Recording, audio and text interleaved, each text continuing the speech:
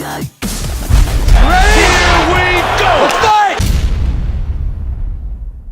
going Kane, man. Kane's just, and that's nothing against Werdum. It's just Kane's, that cardio he has is a different level, and just never, he's relentless. I just want to see a good fight, you know.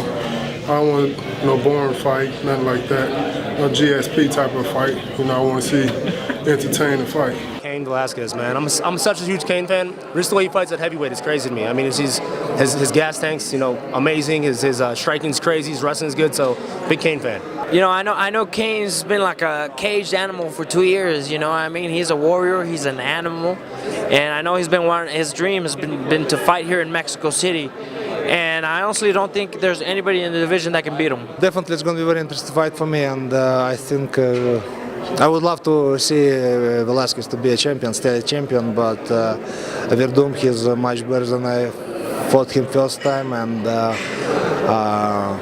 he's dominated when he fought Travis Brown, Mark Hunt, so definitely it's going to be a very interesting fight. Especially with Fabricio's ground game, his bottom game is very good, and for a heavyweight that's rare, and Kane obviously has a very great top game. The moment that Werdum is leaving is better than Velasquez, because Velasquez was hurt.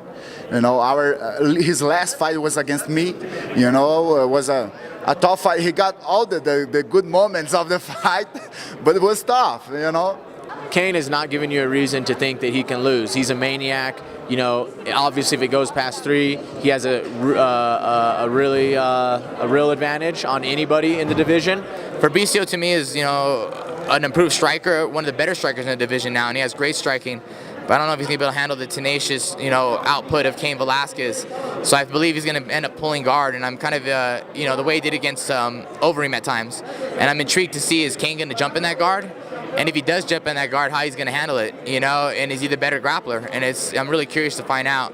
But I got Kane winning, either by war or by demolishing him. But by far, I do respect Werdum, and I think he's a tough challenge. Oh, I mean, I think somebody's going to get knocked out. They're heavyweights, come on now.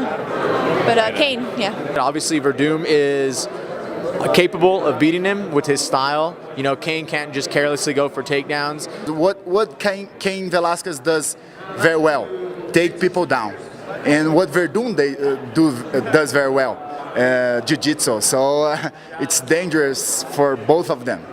Man, and Kane has really impressed me with his cardio, his pace, his aggressiveness, and he can take a shot and deliver 5 back. You know, so I just think it's going to be a great fight. I'm gonna have to go with Kane. I think a lot of guys talk about ring rust and people being off, but I've been there as an athlete where I've been off for a year straight, and all it really does is give you more of gratitude for what you do. I think he's gonna come in the fight rejuvenated like a new man. That's what it did for me, and I think that's what it does for a lot of athletes. It gives you a new appreciation and a better appreciation for what you do rather than look at the downside of it. You know, when you do this enough, sometimes you take it for granted and you look at all the bad things, and I think Kane's going to come in appreciative and not take things for granted and really go after this one.